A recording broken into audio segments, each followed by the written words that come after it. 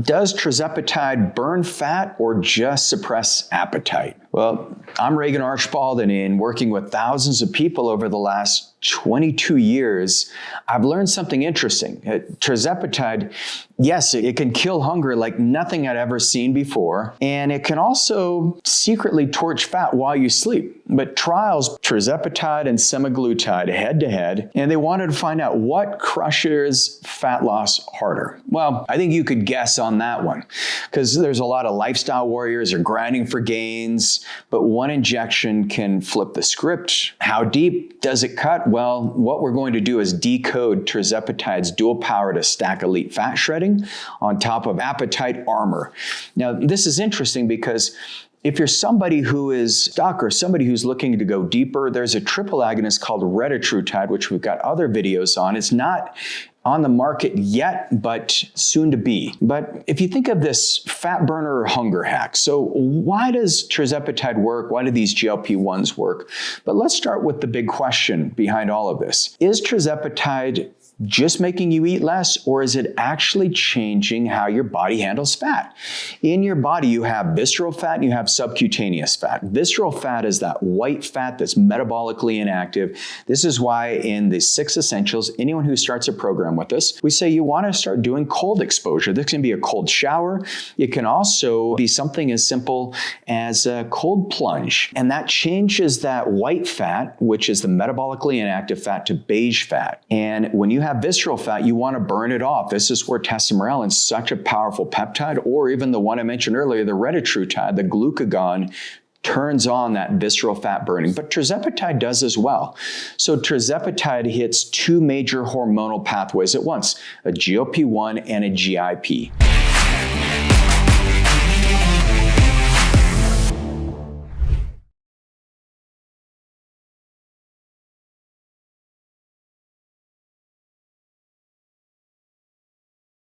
The GLP-1 or glucagon-like peptide, this is the one you probably heard about because it lets you know when you're full. It tells you, slow down, put the fork down, you're full. It delays gastric emptying, so you feel full earlier. It helps you make better decisions because ultra-processed foods and alcohol become way less sexy. The GIP side, this is where the magic happens.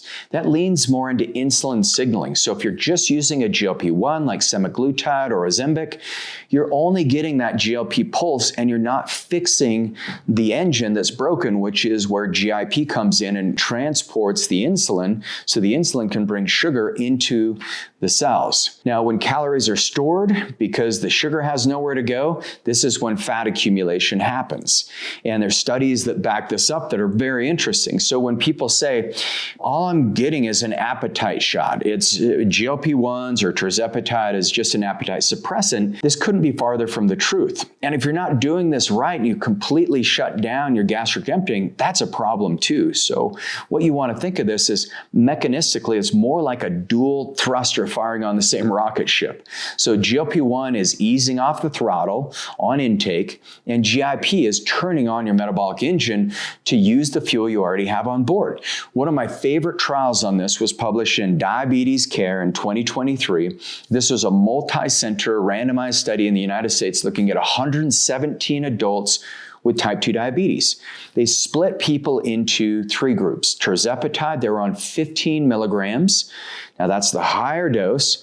Semaglutide, 1 milligram, and placebo. This study went 28 weeks, so not a quick 4-week teaser. It was a half a year of data looking at body weight, body composition, appetite, energy intake. But here's the part that I found interesting. Tirzepatide reduced appetite and energy intake about the same as semaglutide. So if all you did is make you eat less, you'd expect roughly the same outcome on body composition. But here's what happened.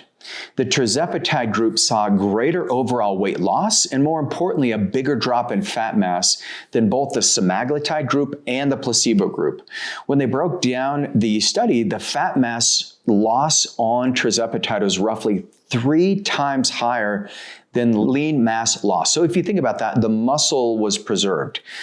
That's a very different pattern than when you see people crash dieting, where your body just will happily eat your muscles because you're starving. And this is called gluconeogenesis. So sometimes you're not eating enough. And especially if you're on these metabolic enhancements like a tirzepatide, retatrutide, semaglutide, you want to make sure you're getting roughly a gram of protein per pound of ideal body weight. If you're exercising, if you're not, you may want to cut it back to like 0.8 grams per pound of body weight.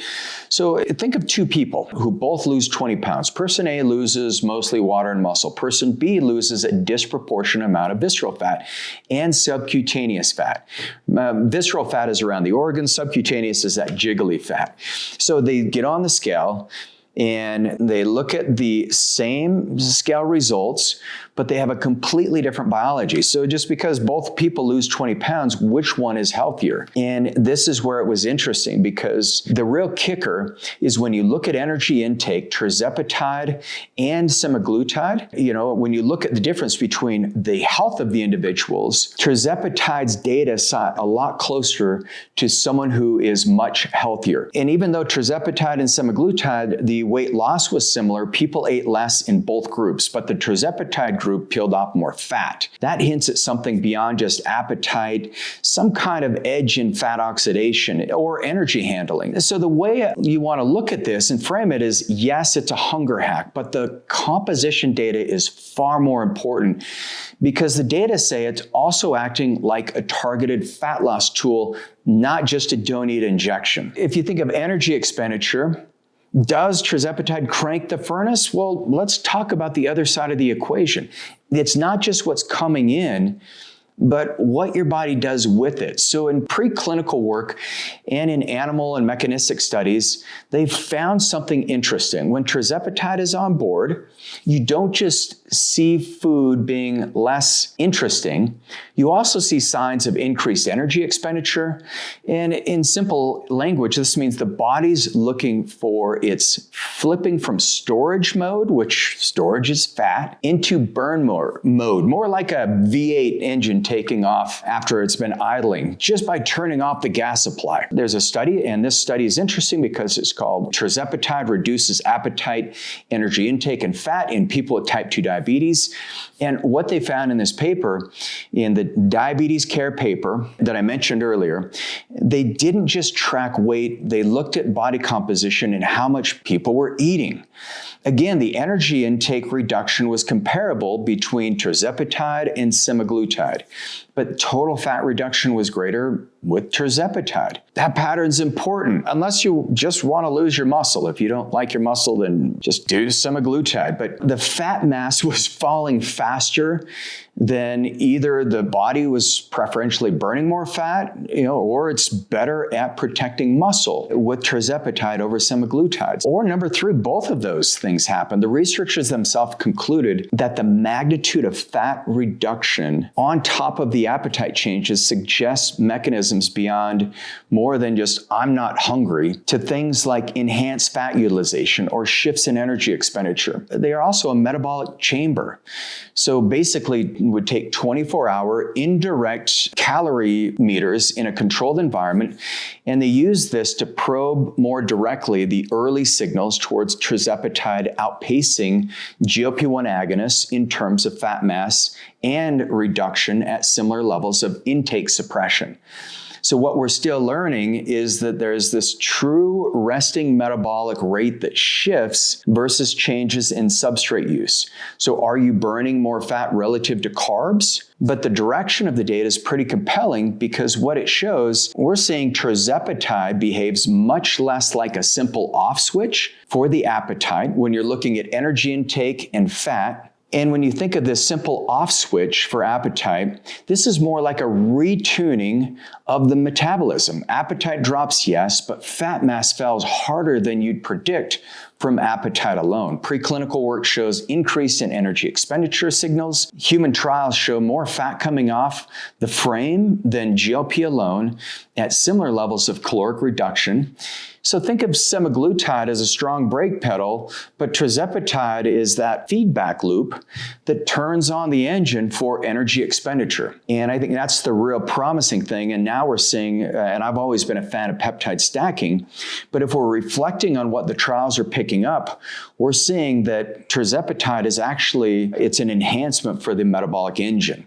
And so when you think of tirzepatide versus exercise and this health metrics battle, now this is where people get fired up. They say, okay, Regan, well, how does this compare to hard work, diet and exercise? And I've mentioned this on videos time and time again because people will say, well, does weight loss from tirzepatide, people are getting sick, right? But actually, in the reality, people just didn't get a shot and go home. There was an intensive lifestyle lead-in. The real nutritional changes, real movement were documented in this SURMOUNT-3 study. And what we found is that even before the drug was introduced, lifestyle alone changed and improved body weight, cardiometabolic markers. So lifestyle does matter. It moves the needle. Then on top of that, tirzepatide was added for the randomized phase. And what happened? Well, the cardiometabolic picture deepened. You saw greater improvements in things like body weight, waist circumference, and markers of metabolic health compared to lifestyle alone. Now, this is one way I like to describe it. Lifestyle is the marathon training. Tirzepatide acted more like a jetpack strapped on top. So in another large data set, with prediabetes status, it shifted dramatically up to about 95% of participants categorized with prediabetes moved out of that zone on tirzepatide, compared with much less change in the placebo group.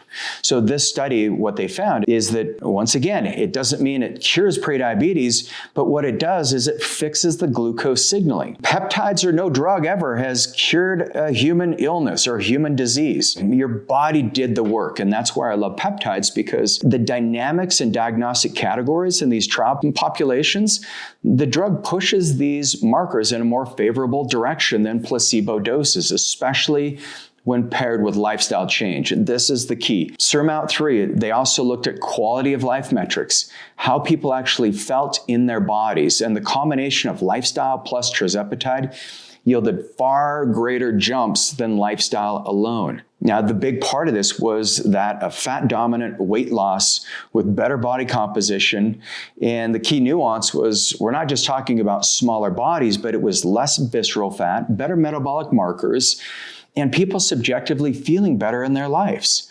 With fat coming off is mostly fat, you're holding onto your muscle. What more can you ask for?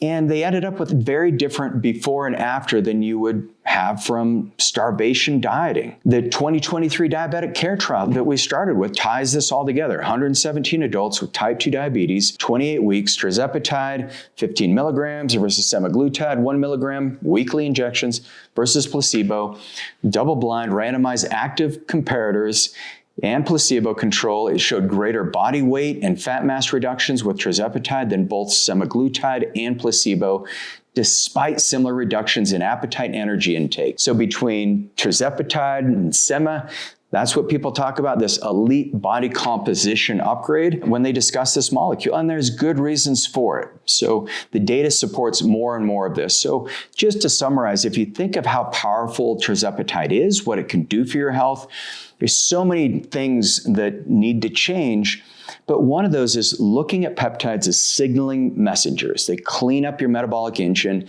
and if you're looking to go deeper, the very first place we start is blood labs. We've helped over 70,000 clients in over 22 years, and all you need to do is go to agelessfuture.com and schedule your free intro call, and my team will help you get your blood labs taken care of. Can't wait to see you on the next video.